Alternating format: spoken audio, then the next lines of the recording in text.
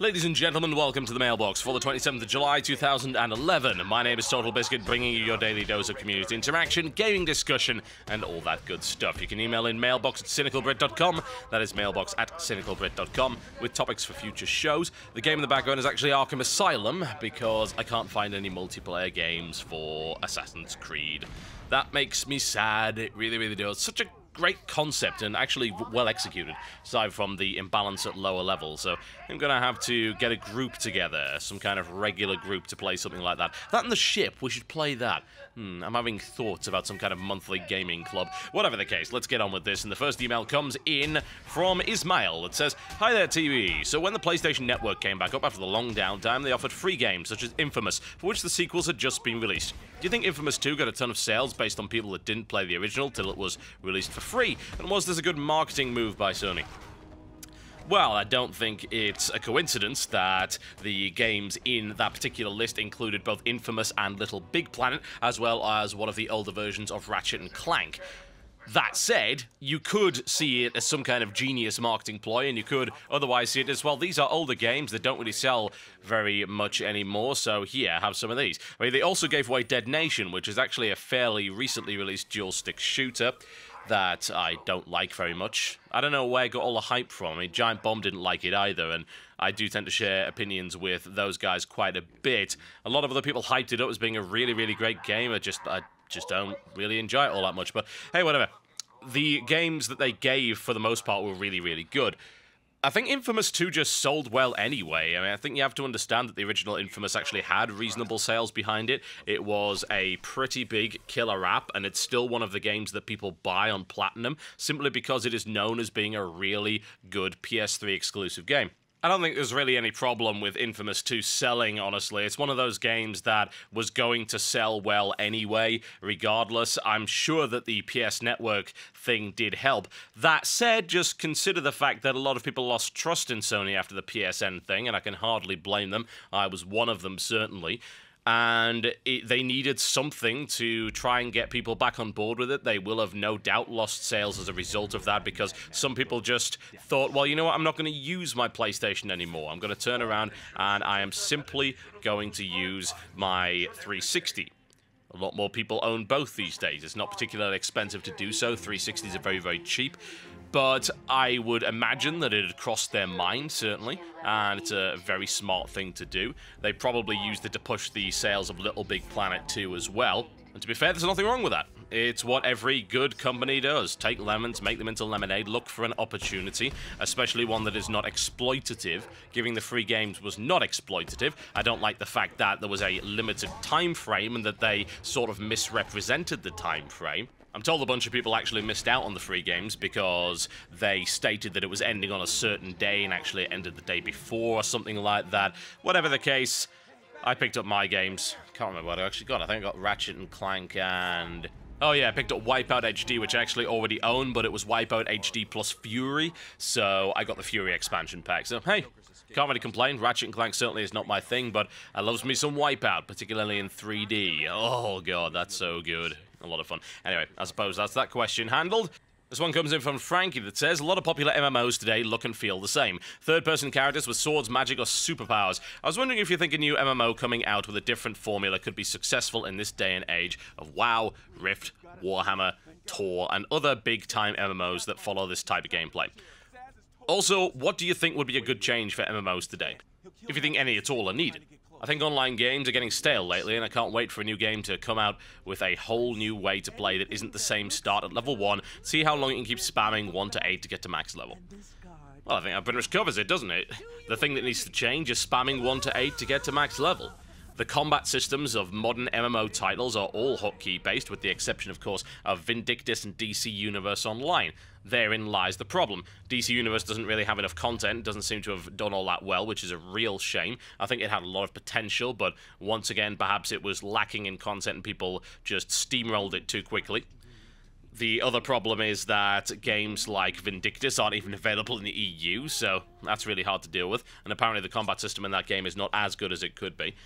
We need games that actually rely on skill as opposed to pressing hotkeys. And yes, there is a certain degree of skill in executing your rotations to the best of your ability, avoiding mobs and things like that, but at the end of the day, I would like to have an MMO where you properly aim. If I recall correctly, Darkfall allowed you to do something along those lines, and also as a direct result made the shortest race overpowered because they had a smaller hitbox. Yeah, try and figure that one out. I think what we need is a game that is MMO-based, but plays like a standard multiplayer game, and that's the big challenge, isn't it? The challenge is to take, say, a game like Call of Duty or Battlefield or something like that, and then expand it to the point where it becomes an MMO. And what is an MMO, really? The two things to look at in terms of what an MMO actually consists of are persistence and the number of players concurrently. When it comes down to persistence, it actually is happening already in multiplayer games. You're seeing these persistent ranking systems, these online profiles, and this started back, if I recall correctly, I'm trying to think as far back as I can. Battlefield 2 is probably the one that I remember as the real, hey, we're making some kind of persistent system in a standard multiplayer game. There were games before that were MMOs, particularly things like PlanetSide, but with Battlefield 2, you had the idea of, well, this is just a normal multiplayer game going up to 64 players, but you have a persistent character specifically that gains ribbons and medals and ranks and unlocks some weapons. And that's really where it all developed from, to the best of my knowledge. I don't know if there was a game before that. If there was, well, hey, you can certainly let me know in the comments below that. But that's the one that I remember as really solidifying the system. Come to think of it, I'm pretty sure Starfleet Command 2 did it before Battlefield 2 did, but that wasn't really the same thing. With Battlefield, you've got a very standard multiplayer game, and with Starfleet Command, it's a little bit weird. It's not like a normal multiplayer game in the way that it actually works. Battlefield, you can just go in there, play it like a normal multiplayer game, and the persistent element, it's not so much hidden, but it's very much under the hood, and it was sort of shoved in your face with the Hex metamap nonsense that was going on with Starfleet Command. Whatever the case, I would like to see that persistence grow in an MMO style to the point where you've got, say, like EVE works, the way that you've got control of various areas, a meta-map that consistently changes, the ownership of territory, the construction of buildings. That kind of thing is something that I'd like to see more of in MMOs. There aren't enough MMOs that do that. There are a few. EVE is the prime example, but for the most part, too few MMOs are willing to take the risk of allowing players to take property from other players and having a more hardcore element in that regard and forcing people to cooperate in large groups. EVE is not afraid of that. A lot of other games really are and make PvP little more than some kind of arena deathmatch with no real effect on the world whatsoever.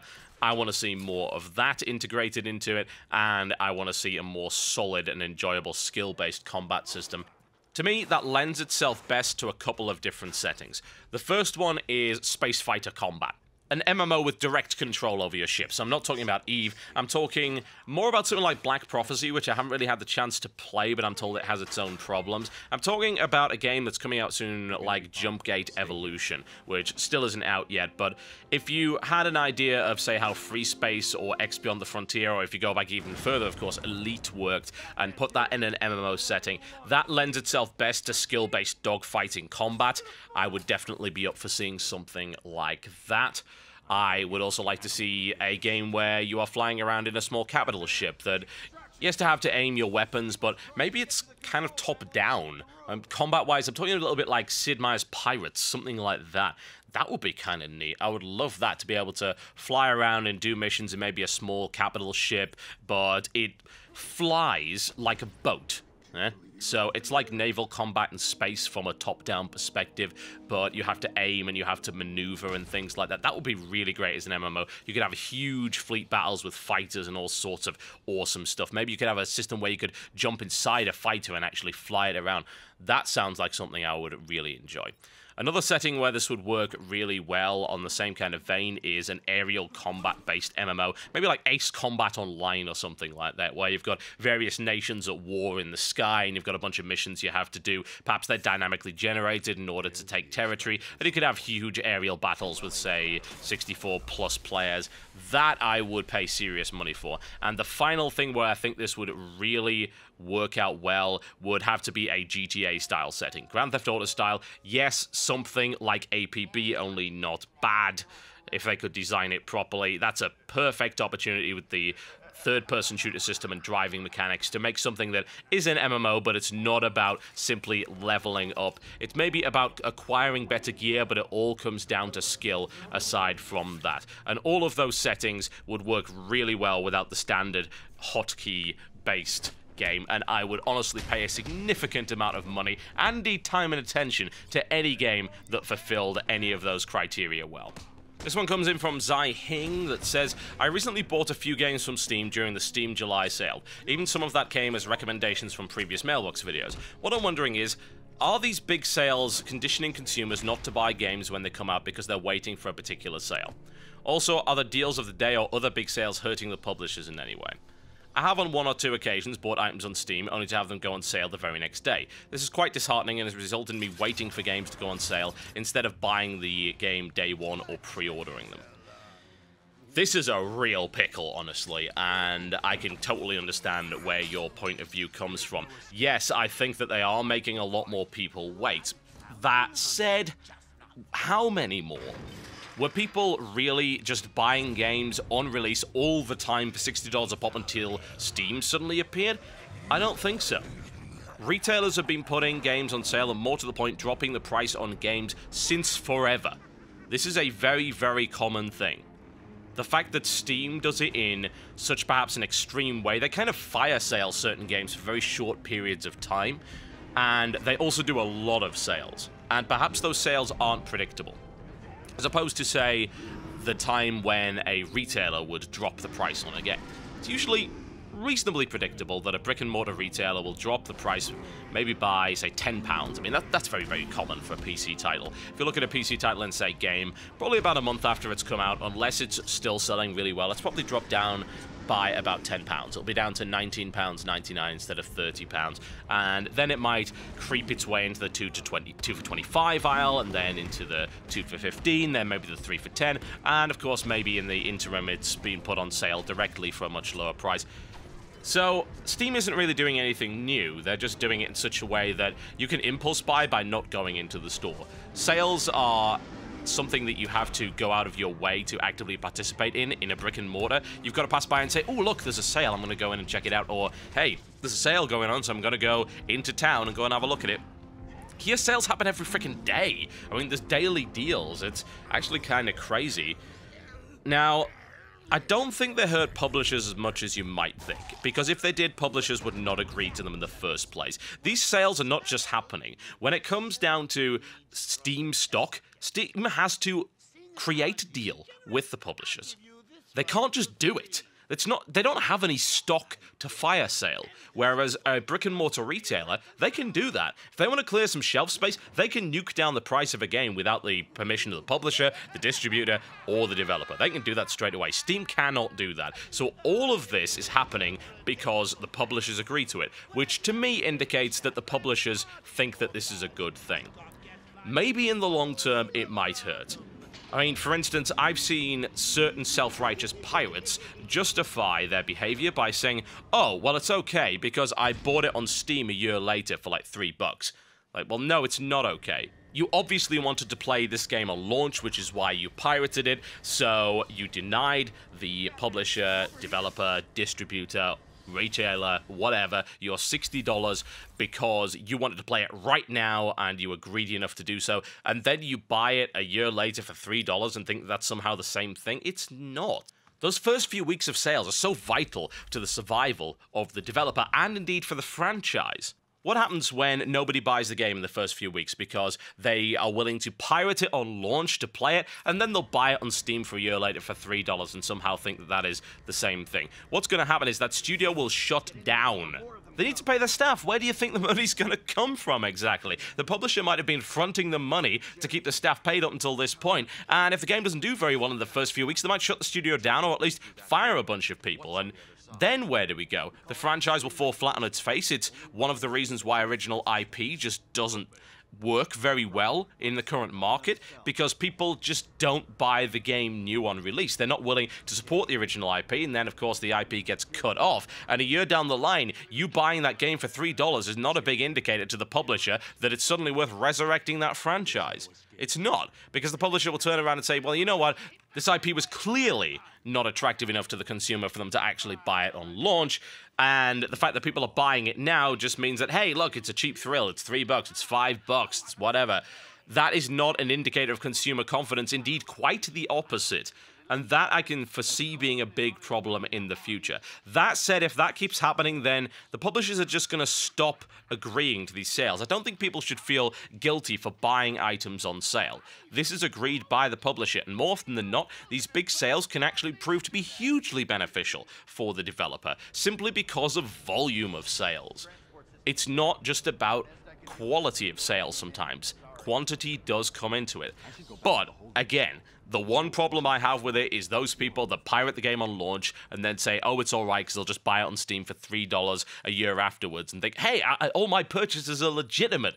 No, they are not. And they are doing far more damage to developers and publishers than I think they could possibly understand by not showing support for a game they blatantly want to play but simply don't want to pay for on the day or indeed the week or month of release, and that is harmful. Aside from that, go nuts. That's what Steam sales are for. It's a completely legitimate way of buying your games. You perhaps shouldn't fret over it so much. If you don't have a lot of money and you want to wait for sales, you're willing to deny yourself that experience and buy the games a bit older, go nuts. And I know people that play games that are years old. You want to know why? They actually just play games a couple of years behind the rest of us. Why? Because, my God, you don't need a good computer for that. What a cheap gaming experience that is. You can play games from 2 years ago that are still really, really great, and your computer can suck ass, and it still plays them totally fine. It's a brilliant way to PC game. There's nothing whatsoever wrong with taking part in sales. They are there for a reason. They're approved, so for God's sake, go for it. By all means, buy. Just don't forget to actually play the games, because some of us have that problem with acquiring. We hoard them, and then we never play them. Yes, it's not like on a shelf. You can't admire it. Your Steam list is just sitting there. Go play your Steam list! Okay, folks, that's me done for the day. Thank you very much for watching the Mailbox, and I will see you next time.